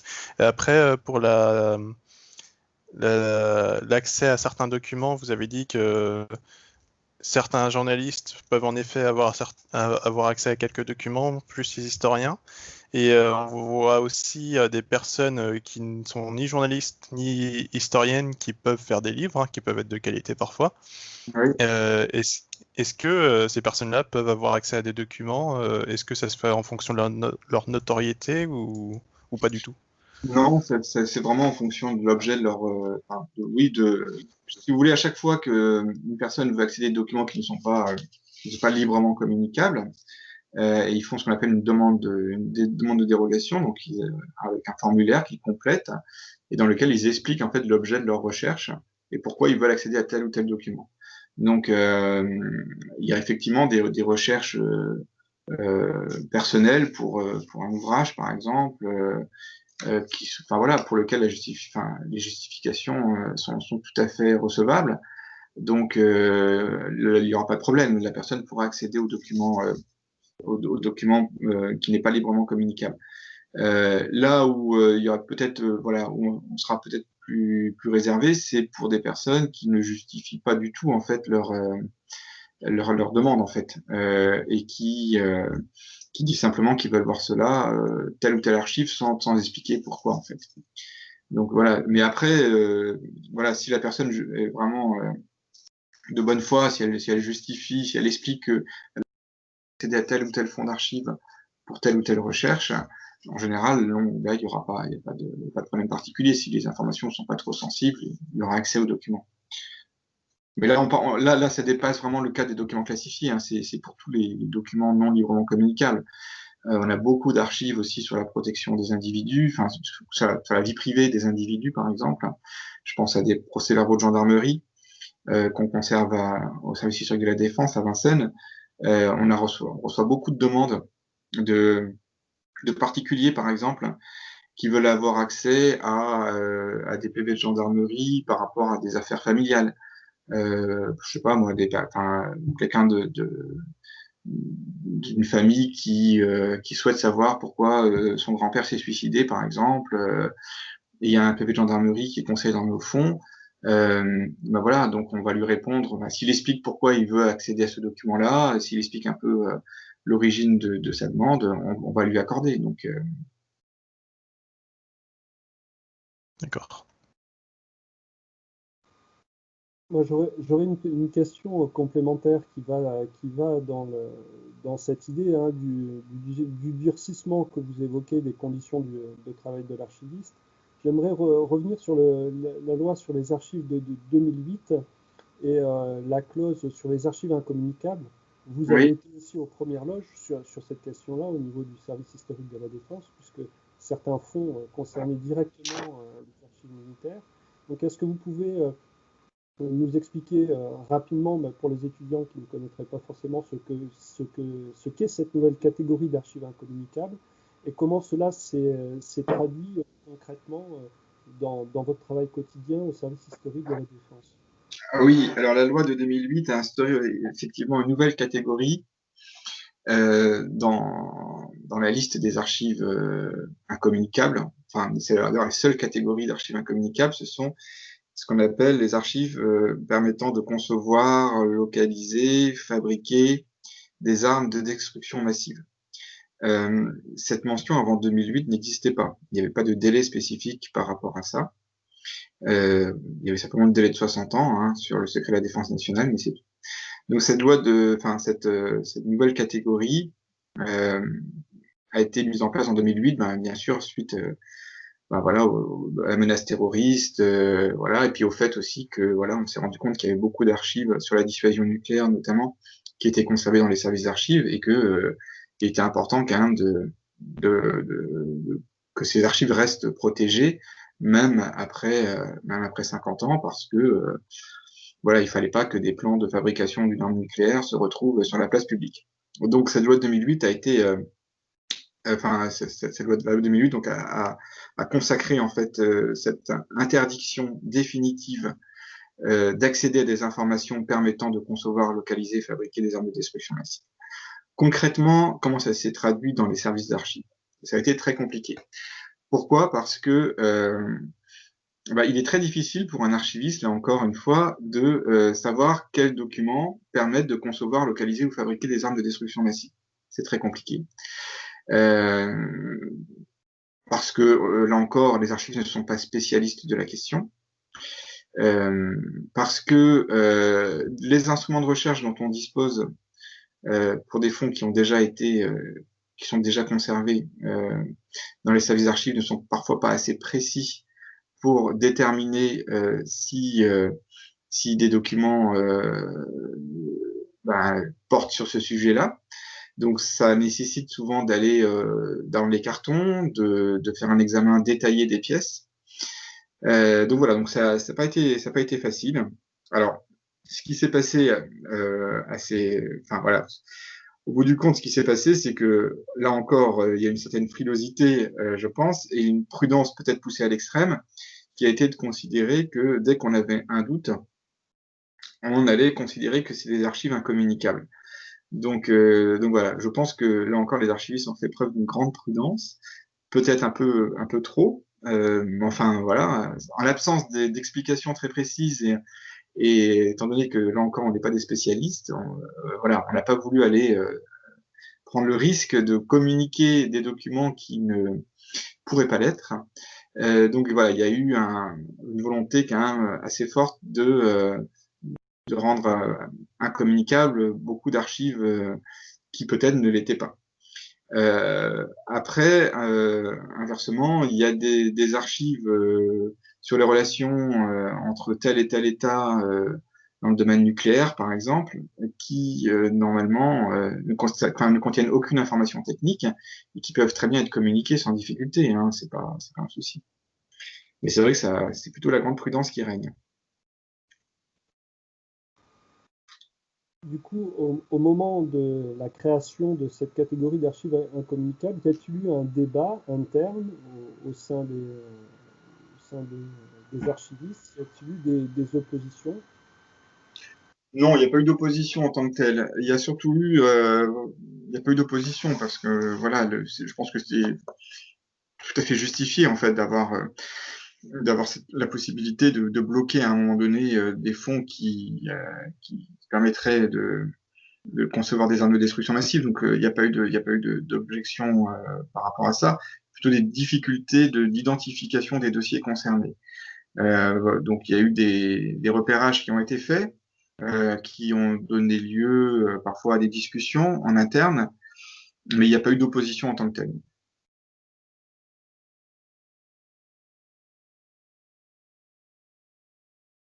La difficulté pour cette catégorie d'archives, c'est que certains fonds avaient été ouverts avant 2008. Et là, la question, c'est de savoir si, après 2008, après donc l'instauration de cette nouvelle catégorie d'archives incommunicables, ce qu'on allait en faire. En fait, on s'est rendu compte que tout ce qui avait été communiqué avant 2008 ne relevait pas de cet article d'incommunicabilité. En fait, c'était des documents qui portaient sur le nucléaire, le biologique ou le chimique, mais en aucun cas, c'était des documents qui permettaient de construire des armes de destruction massive. D'accord. Du coup, la question qui découle de tout cela, face à vous avez expliqué la frilosité, la difficulté de définir réellement les archives concernées par ce texte. Est-ce que ça ne devient pas aussi la possibilité d'une certaine manière, et c'est la peur finalement qu'ont certains historiens, une nouvelle capacité de dissimuler finalement des fonds que l'on ne souhaite pas voir communiquer aux chercheurs ou au grand public. Et donc, par là même, un retour des archives secrètes. Oui, je pense, oui. Je pense qu'il y a ça aussi, effectivement. Enfin, très clairement, oui. Parce que voilà, je pense qu'il y a une pression aussi. Alors, ça concerne très peu d'archivistes, mais au service historique de la défense, je pense qu'il y a une pression sur des archivistes pour effectivement faire en sorte de bloquer certains documents, oui. Voilà. Oui, ça arrive, oui. Et ça arrivera de plus en plus. C'est sûr, ça arrivera de plus en plus. Donc, on a pour nous la loi. Voilà, maintenant, bon, c'est pas toujours évident quand voilà, vous avez votre enfin voilà, vous relevez aussi d'une hiérarchie, donc vous êtes bien obligé de faire avec. Donc voilà. Donc, il faut aussi se préparer à ces possibilités. Oui, oui, oui, oui, oui. Donc, est-ce que du côté, est-ce que vous avez des questions?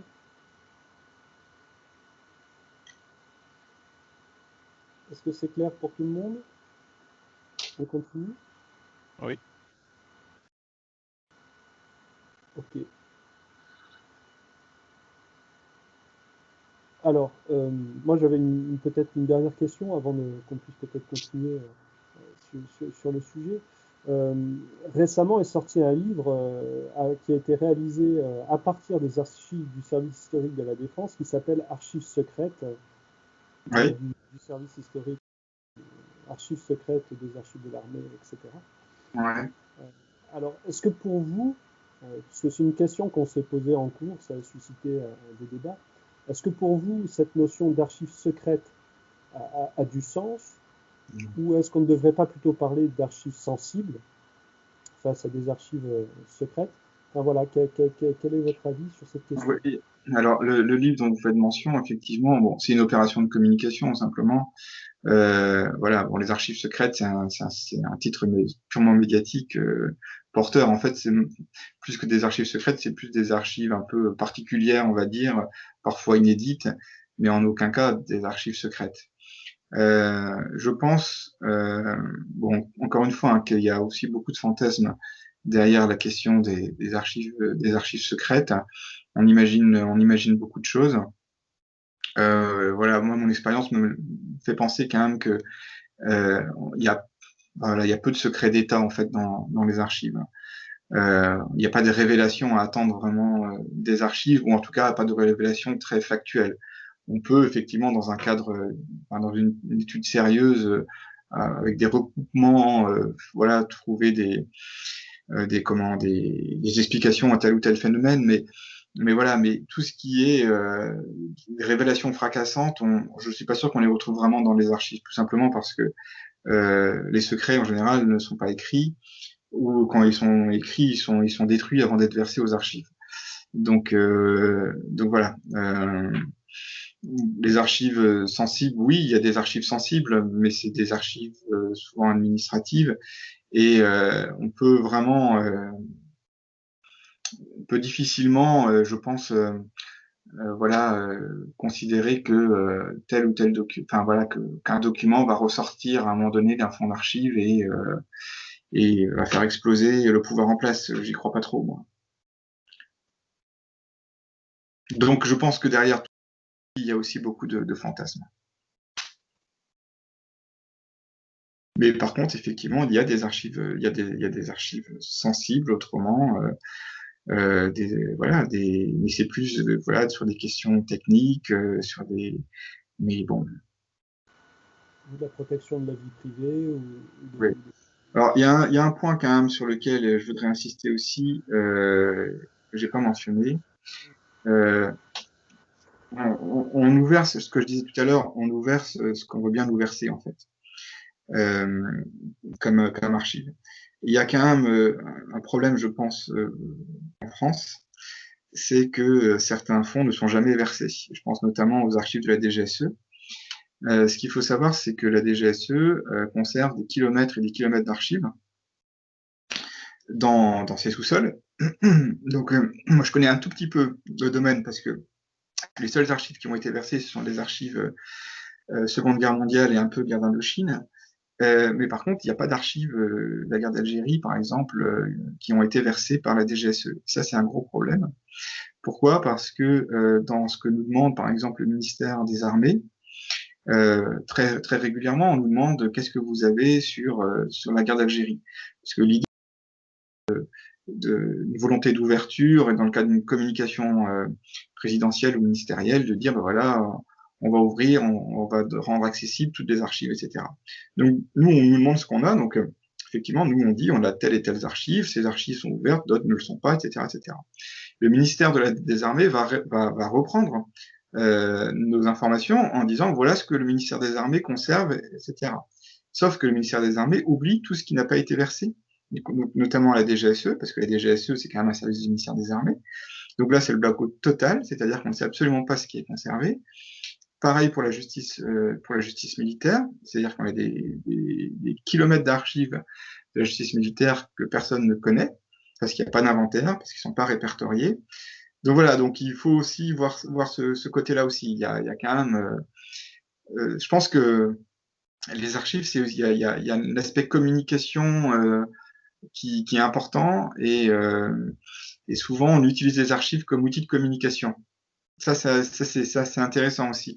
Et même à des hauts niveaux, hein, je veux dire au niveau de la présidence, de la République, les déclarations de Macron sur les disparus de la guerre d'Algérie, sur Maurice Audin, sur tous ces sujets-là. Voilà, les archives sont un outil de communication dans la parole présidentielle. Et ça, c'est intéressant de le souligner. Un outil de communication, alors que parallèlement, on peut constater aussi une profonde méconnaissance du métier d'archiviste. Oui. Ah bah oui, complètement. Et même, du travail d'historien. Oui, oui, complètement. On est parfois sur des phénomènes de croyances irraisonnées dans les archives magiques qui viendraient à un moment donné donner les clés de compréhension de tous les plus grands secrets d'État. Oui.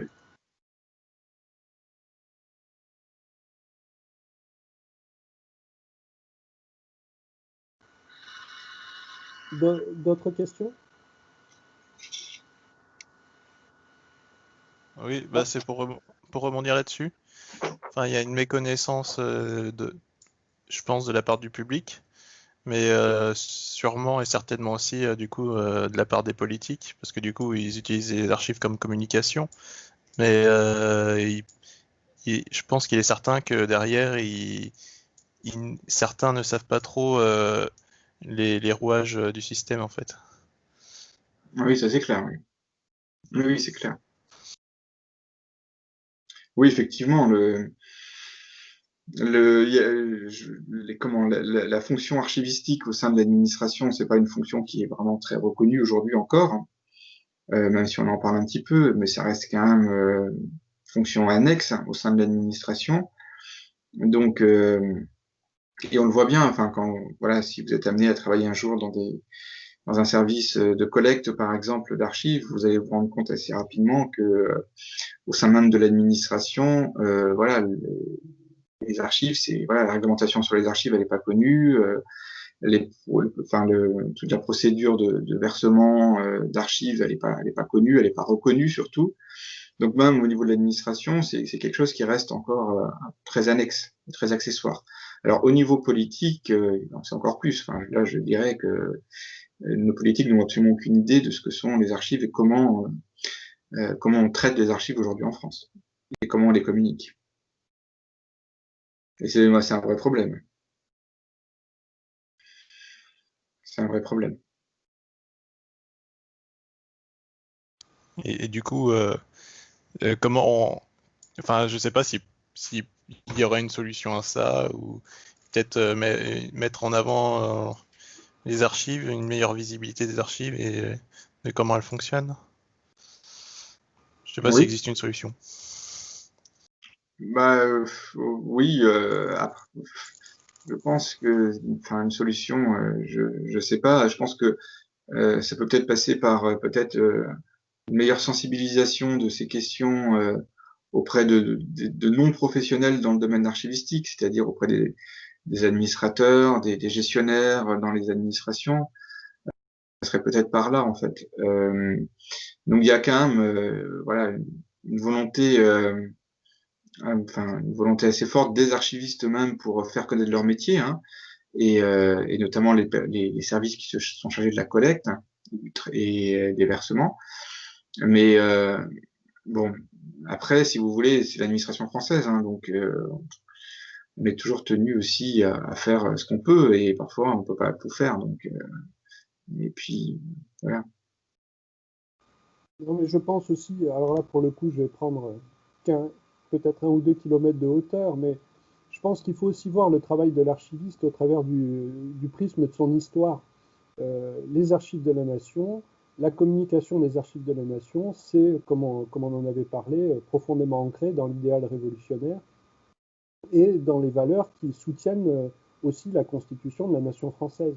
Donc le fait que les métiers d'archiviste soient aussi remis en cause sur ces fondements, que la communication aussi des archives soit discutée et soit remis en cause, on attaque aussi, Oui. d'une certaine manière, ce qui constitue les bases de notre société démocratique, c'est-à-dire la communication des archives de la nation aux citoyens.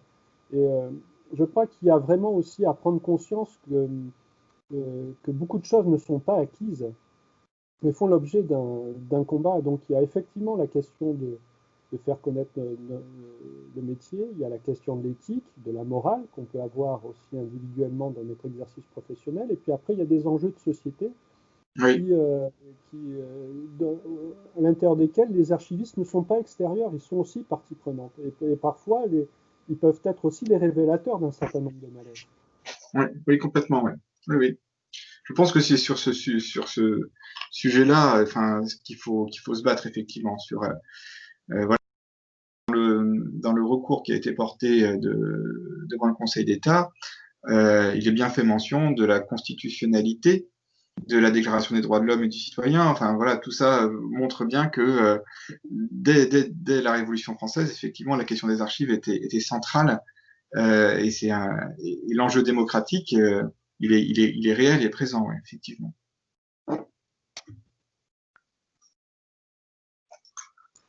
Donc, peut-être quelques questions complémentaires. Moi, j'aurais une... Ah, oui, Teddy, on t'écoute. Moi, j'avais une question. Je voulais savoir si ces débats, notamment donc sur l'IGI 1300 en France, est-ce qu'on retrouve des mêmes débats ailleurs, en Europe par exemple, ou dans le monde, ou est-ce que c'est une spécificité française, cette question des accès justement aux sources, surtout que ça concerne notamment des documents, comme vous l'avez dit, produits par des autorités internationales. Donc voilà, je voulais savoir si on retrouve ces mêmes débats ailleurs qu'en France. Alors très très récemment en Belgique, la question s'est posée, à peu près la même question d'ailleurs qu'en France sur l'accès aux documents classifiés. Après, je dirais dans les grandes démocraties, la situation est un peu différente. Aux États-Unis, notamment, donc les documents classifiés ne sont pas gérés du tout de la même façon. Mais la question, elle est vraiment d'importance. Donc, vous savez, aux États-Unis, donc il y a une commission, alors je sais plus le terme exact, qui est chargée en fait de surveiller en fait la communication des documents, d'évaluer en fait, une commission sur la transparence en fait. Et donc pour refuser l'accès à un citoyen américain des documents, classifiés ou pas, eh ben il faut y aller. Enfin, c'est-à-dire qu'il faut vraiment le justifier. Donc, aux États-Unis, il y a toute une équipe de personnes qui sont chargées de déclassifier les documents, mais ça depuis des décennies en fait. Donc, la déclassification aux États-Unis est différente de celle en France. En France, on a produit des documents classifiés en masse sans se poser la question de savoir ce qu'ils allaient devenir. Et aujourd'hui, on arrive à une saturation et au blocage qu'on connaît aujourd'hui, enfin le blocage actuel. Aux États-Unis, c'est différent. Ça fait des décennies qu'ils se sont pensés sur la question, et ça fait des décennies que il y a cette fameuse commission qui est en charge de l'examen des différents documents classifiés qui sont produits et qui émettent des avis sur l'opportunité ou pas de les déclassifier. Donc la question, je dirais, elle a été beaucoup plus portée dans les pays, Angleterre aussi, dans les pays anglo-saxons de manière générale. Merci. Oui, je pense que pour ceux qui ont eu la curiosité d'aller regarder le documentaire Vietnam, qui est sorti, je crois, il y a 2 ans, en plusieurs épisodes, hein, qui est issu des archives américaines, où on trouve des écoutes, hein, des archives orales, des conversations des présidents américains avec leurs conseillers dans le bureau ovale, des enregistrements des conseils de défense, etc. Je pense que par rapport à la situation française actuelle, ça nous paraît complètement assez extraordinaire de pouvoir avoir accès rapidement à des documents de ce type-là, puisqu'on est dans les années 60, début des années 70. Et justement, il y a une possibilité d'utilisation de ces fonds-là. Donc je pense que là, on peut mesurer effectivement l'écart dans la perception que l'on peut avoir de la sensibilité des fonds et aussi des droits des citoyens à avoir accès à ces archives publiques-là. Il y a vraiment... c'est assez important.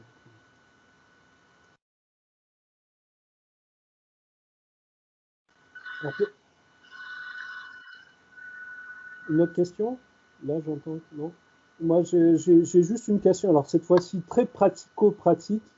Euh, pour les étudiants qui seraient en stage dans des centres d'archives et qui devraient, par exemple, classer des archives préfectorales et qui tomberaient sur des documents avec une classification. Qu'est-ce que techniquement vous pourriez leur conseiller de faire pour pouvoir traiter ces documents? Alors, ce qu'on a mis en place au SHD et ce qu'on met en place actuellement au Centre des archives économiques et financières, c'est l'utilisation d'enveloppes qui ont été remis en question parce que c'est un procédé qui a été mis en place aux archives nationales et voilà. Mais bon, pour l'instant, c'est la seule technique qu'on a trouvée. L'idée, en fait, c'est d'utiliser une sorte d'enveloppe où on met le document classifié qu'on trouve, avec un avertissement en disant que voilà, c'est un document classifié. Mais surtout, l'idée, c'est de ne pas l'extraire. Parce que si on l'extrait, en fait, on perd même le contexte de production et voilà, ça n'aura plus de sens, en fait.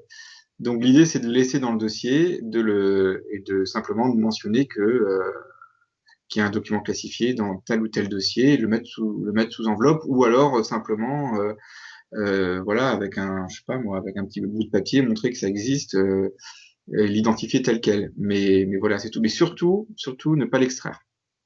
Ne pas l'extraire parce que c'est d'ailleurs un peu le risque là euh, qu'on voit poindre, c'est que dans la nouvelle instruction générale interministérielle 1300, justement, l'idée c'est de enfin voilà, ce serait que les archives classifiées soient versées à part en fait, et ne se retrouvent pas dans les dossiers de fond. Or, on se rend compte que un document classifié isolé, pris à part en fait, ne sert pas à grand chose s'il est pas, si on peut pas le contextualiser. Donc l'intérêt, ce serait quand même plutôt de laisser les documents classifiés là où ils sont. Ça, c'est mon conseil. Et de l'identifier d'une manière ou d'une autre. Soit le mettre sous enveloppe, soit l'identifier d'une autre façon. Après, je vous dirais que je sais pas, après, dans les archives départementales, enfin, il y a des archives classifiées, ça c'est clair. Après, faut voir aussi quelle période, voilà. Je pense que le risque de compromission est quand même plus limité aux archives départementales qu'aux archives nationales, je pense. Mais bon.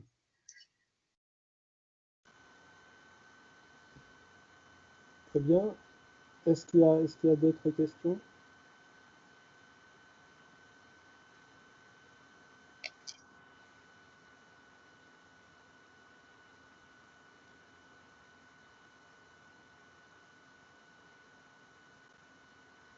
Alors justement, vous avez parlé de la surclassification. Alors ça, moi, c'est pour avoir aussi comment dire, pu observer à l'intérieur et mener des recherches à l'intérieur du milieu militaire. C'est un phénomène que j'ai aussi constaté à maintes reprises, cette tentation de surclassifier pour ne pas avoir de problème finalement et puis pour protéger des choses, etc. Donc, est-ce que la nouvelle IGI 1300 qui est à l'étude doit apporter des réponses à cette question de la surclassification ou pas? Alors, je pourrais pas vous répondre sur le sujet. Ce que je sais de la nouvelle IGI 1300, c'est que on va revenir à une classification à 2 niveaux. Donc, on n'aura plus qu'une classification, le confidentiel défense en tant que tel va disparaître. On aura 2 niveaux, le secret et le très secret. En fait, on se cale sur la pratique de nos alliés, en fait, je crois. Aux États-Unis, c'est ça, hein, secret, très secret. Voilà, sur la surclassification, effectivement, moi je rejoins un peu ce que vous dites, c'est-à-dire que il y a certains organismes qui classifient énormément sans se poser de questions. Moi, j'ai quand même retrouvé des revues de presse classifiées dans certains fonds d'archives. Donc, ce qui montre quand même que les documents confidentiels défense sur un article du Monde, faut quand même le faire.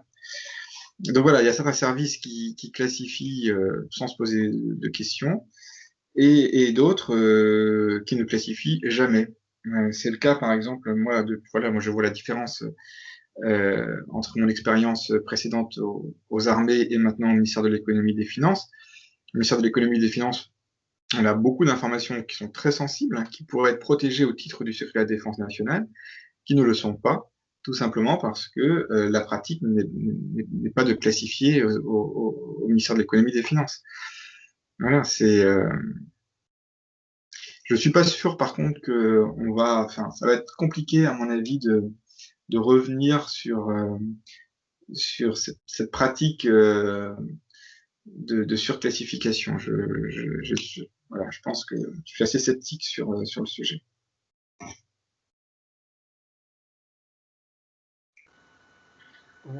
Alors moi j'aurais une autre question, peut-être pour élargir cette fois-ci un peu le débat.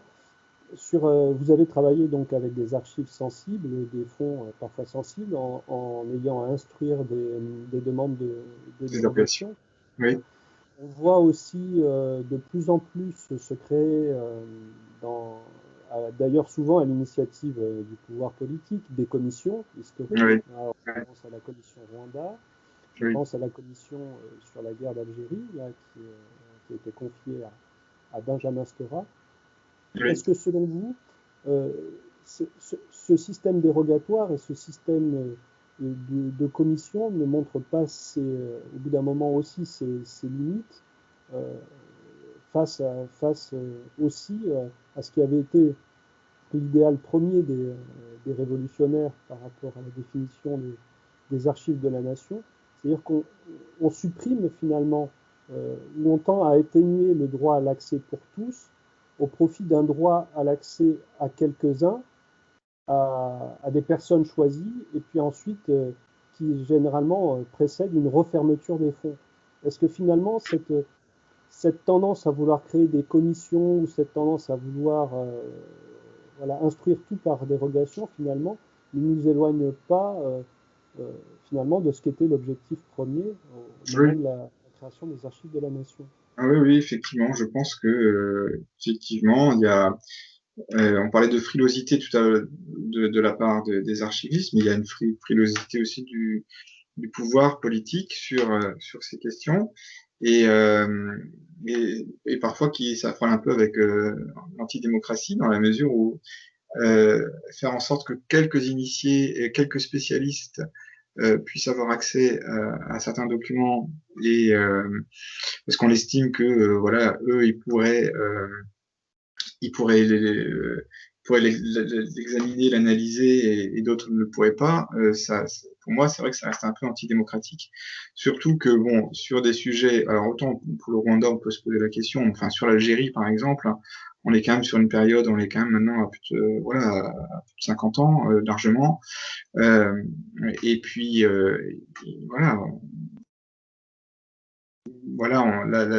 la présidence nous parle de discours, nous fait l'éloge en fait de l'ouverture des archives, et puis on se rend compte que on est encore obligé aujourd'hui de parler de commission, voilà. Et je pense que le rapport de Benjamin Stora fera état des difficultés d'accès aux archives. Je ne sais pas s'il a été remis d'ailleurs, mais en tout cas, il fera accès aux difficultés d'accès aux archives parce que faut bien voir que en 20 ans, moi je prends toujours cette référence de Raphaël Branche, même de Sylvie Thénault un peu plus tard après, qui ont pu travailler dans des conditions quand même vraiment de bonnes conditions, je pense. Elles ont pu accéder à énormément de choses.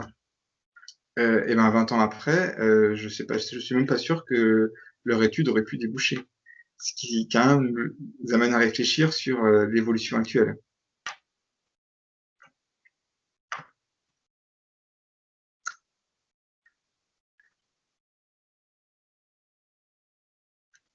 Après, il faut tenir aussi compte peut-être effectivement de l'évolution un peu géopolitique des choses. Donc en début de séance, là, vous indiquiez que j'avais fait une présentation à l'INP sur les plans d'invasion soviétique. Donc c'était effectivement c'était des documents qui étaient secrets à l'époque. Et cette présentation, je l'ai fait en fait 20 ans après que mon supérieur de l'époque, qui s'appelle Thierry Sarment, avait écrit sur le sujet. Et il y a 20 ans, donc au début des années 2000, on pouvait écrire sur ça sans se poser de questions. Sur les plans d'invasion soviétique, c'était de l'histoire ancienne. Et en 2020, on se rend compte que c'était beaucoup plus compliqué en fait, et que les documents secrets de l'époque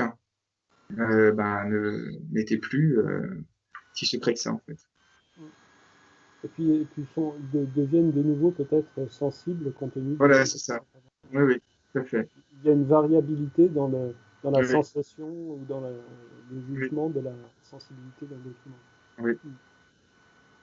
Donc ça amène à parler aussi d'un sujet qui est un peu tabou, qui est le sujet de la reclassification. Pourrait-on imaginer, par exemple, qu'il y ait des fonds qui aient pu être communiqués entre 2012 et 2019, date justement du coup d'arrêt donné par la SGBSN, qui pourraient être de nouveau reclassifiés et de nouveau soustraits à la communication Alors, c'est ce que prévoit la nouvelle IGI en cours de finalisation. Elle prévoit effectivement la possibilité de classifier ou reclassifier un document qui ne l'a pas été. C'est possible. Alors, ça ne s'est jamais fait. Enfin, moi, à ma connaissance, je n'ai pas d'exemple de documents qui ont été reclassifiés ou classifiés au service historique de la défense. Mais apparemment, dans ce qui est prévu dans la nouvelle IGI 1300 qui n'est pas encore publiée, c'est la possibilité de reclassification. Donc voilà. Et quand je vous parlais tout à l'heure de retour du bâton, c'est un peu ça. C'est-à-dire que si effectivement le recours de Conseil d'État va plutôt en faveur des archivistes, on risque d'avoir un retour du bâton de la part de certaines administrations qui vont chercher à peut-être à essayer de protéger encore plus certaines informations. Donc bon, c'est alors peut-être que là je me parais avoir un discours un peu trop libéral, hein. Je sais pas dans quelle mesure vous appréhendez un peu ce que je peux dire, mais moi je pense que je suis quand même resté très professionnel et même si je cherche à favoriser le travail des chercheurs, j'ai cherché aussi, en tout cas quand j'étais à Vincennes et même avant, toujours à protéger ce qui devait être protégé. C'est-à-dire que voilà, je pense que l'archiviste, il doit vraiment concilier les deux, c'est-à-dire protéger l'institution quand l'institution mérite d'être protégée. Et pour le coup, voilà, là, il y a même pas, il y a pas de discussion à avoir. Et puis d'un autre côté, favoriser la transparence. Mais c'est la difficulté d'être archiviste au ministère des Armées, c'est que on a la tutelle du ministère du ministère des Armées avec donc le fait qu'on travaille aussi au profit de l'institution. Et d'un autre côté, on a cette ouverture vers le public, vers l'extérieur, vers les chercheurs. Et en fait, il faut concilier les deux. Mais voilà, c'est possible en tout cas. Moi, je l'ai fait. Pierre, vous avez une question? Oui, c'était sur la reclassification dont vous venez de parler, qui serait prévue par la nouvelle norme, enfin par la nouvelle J 1300. Ce serait donc une reclassification qui serait possible a posteriori, du coup, par les administrations. Oui, oui. Et Alors, du coup, vous dites que c'est dangereux, mais enfin que ça pourrait être dangereux, mais ça peut amener à des dérives administratives et puis même peut-être politiques, du coup, qui feraient que des documents pourraient être reclassifiés a posteriori, alors qu'ils ne l'auraient pas forcément été au moment du versement ou de la mise en archive. oui. Après, je ne sais pas dans quelle mesure ça va se mettre en place. Là, pour tout vous dire, la nouvelle IJ 1300, donc, qui est en cours d'élaboration depuis des années, est finalisée. Elle a été signée par les ministres et elle est sur le bureau du Premier ministre en attente de signature depuis déjà un bon moment. À mon avis, le Premier ministre ne la signera pas tant que, son cabinet en tout cas fera en sorte qu'il ne la signe pas tant que la situation ne sera pas éclaircie avec le recours au Conseil d'État. Puisque la nouvelle J telle qu'elle a été rédigée et décrite, elle va encore plus loin que celle de 2011, avec donc cette possibilité de reclassifier à tout moment les informations classifiées, avec la possibilité de laisser classifier les documents après un délai de 50 ans. Enfin, elle confirme et elle va plus loin parfois que ce qui avait été écrit en 2011. Donc ça va un peu Vous voyez ça comme une régression, vous, d'un point de vue de ce que vous disiez, Monsieur Lafaille, sur l'idéal révolutionnaire de la transparence et de la publicité des archives, entre guillemets? Enfin, c'est pour vous, enfin, vous deux d'ailleurs. La question, je la destine à vous deux éventuellement.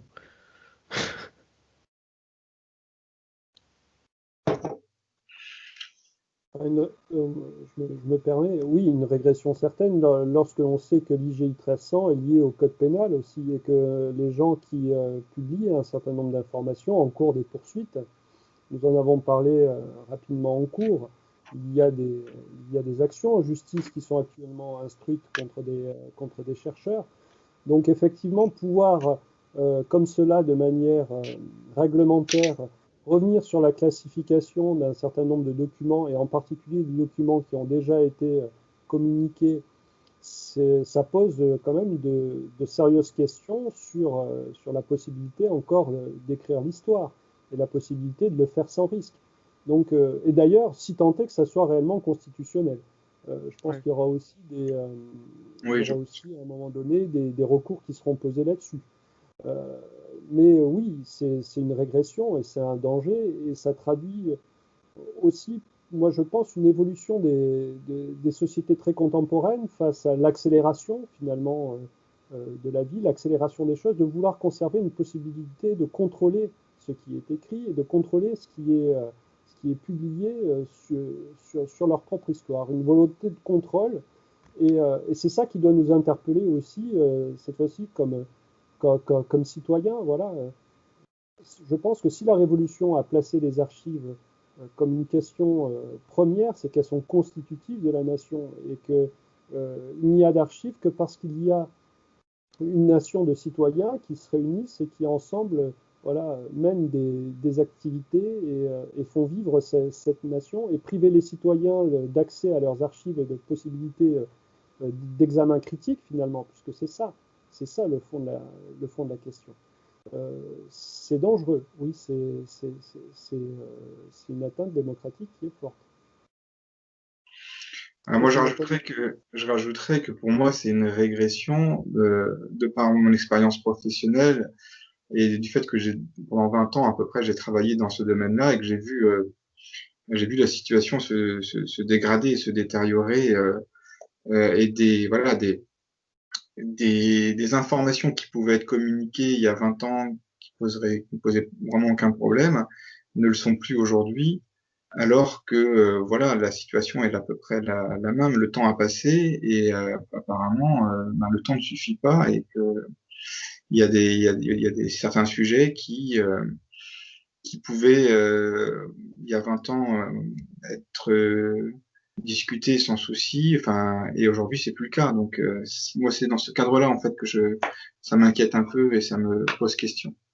Et donc pour vous, pardon, excusez-moi, mais c'est plus une crispation autour des archives comme vous avez dit, qui serait plus administrative ou qui découlerait du politique ou qui serait finalement un mélange hybride des deux oui, c'est la haute fonction publique, c'est certains acteurs de la haute fonction publique. Après, au niveau de la politique aussi peut-être, mais disons que la politique est, enfin, je sais, là, c'est un peu compliqué. J'ai peut-être pas toutes les clés pour répondre à cette question.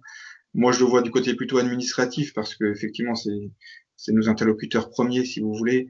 Après, on se rend bien compte que là, par exemple, quand il y a eu le blocage des archives au service historique de la défense, il y a eu beaucoup de questions parlementaires par rapport à ça, et ça touchait toutes les forces politiques, de droite ou de gauche, qui dénonçaient le caractère un peu ubuesque de la situation, du fait de fermer des fonds de la Seconde Guerre mondiale. Donc ça touche pas simplement. Voilà, tous les partis politiques étaient sollicités pour répondre à voilà, par les citoyens. Donc je pense pas que, enfin voilà, il y a une partie politique, mais c'est d'abord une partie la haute fonction publique, à mon avis, qui est concernée. D'accord, merci.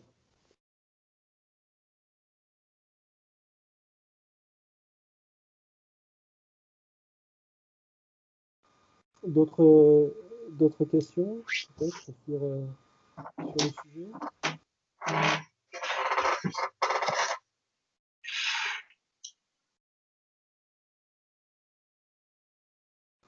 Oui, Virgile? Oui, justement, j'avais une question au sujet de l'ouverture des archives pendant la période révolutionnaire. Peut-être que vous ne connaissez pas cette période, mais c'était pour savoir si avoir une ouverture totale des archives, est-ce que déjà à l'époque, ça n'avait pas posé des problèmes pour certains sujets? Ah oui, alors je ne suis pas spécialiste de cette période, donc je pourrais pas vous répondre précisément. Je ne sais pas si Christophe, vous savez un peu, vous pourrez m'enseigner, mais là, je dois dire que je sèche un peu. Sur cette question précise de l'ouverture des archives pendant la Révolution française, je pourrais pas vous répondre précisément. Non, mais il y a eu des débats. Moi ce que j'en sais, n'étant pas moderniste non plus, c'est qu'il y a eu effectivement une volonté d'ouverture et de constitution d'archives de la nation pour s'opposer au concept d'archives secrètes et propriété du monarque, mais que progressivement, cette volonté d'ouverture totale, c'est-à-dire que dès que le document était produit, dès que les documents des assemblées étaient produits, il devait être possible de les communiquer aux citoyens, a été plus ou moins remis en cause durant les années 1790 jusqu'à l'avènement de Bonaparte et de Napoléon. Et on a assisté depuis à un retour progressif de la notion de secret et après l'établissement d'un délai de communication. Donc effectivement, la question du secret d'État, puisque c'est ça la question, est-ce que la question du secret d'État était déjà présente dans l'idéal républicain, dans l'idéal justement républicain, puisqu'on est sur le type de l'idéal, non, il devait y avoir une communication immédiate aux citoyens. Mais bien après, c'est que progressivement, dans l'exercice finalement, qu'il me semble que s'est imposé progressivement le retour de cette notion du secret d'État, et que tout l'enjeu finalement des différentes lois, et encore actuellement de nos jours, est d'en mesurer le périmètre et de le contrôler, et ne pas en faire finalement un obstacle à l'exercice de la citoyenneté et à l'exercice démocratique. Voilà. Et je ne suis pas un spécialiste de la période moderne. Merci.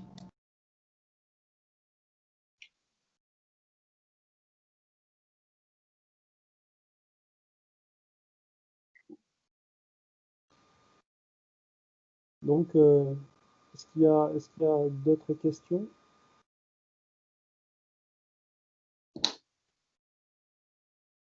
Ok, bon. Très bien. Ce que je vous propose peut-être tous, c'est pour ceux qui peuvent de connecter votre caméra pour faire un petit signe quand même à notre intervenant, qui puisse peut-être vous voir tous avant qu'on rende l'antenne. Voilà.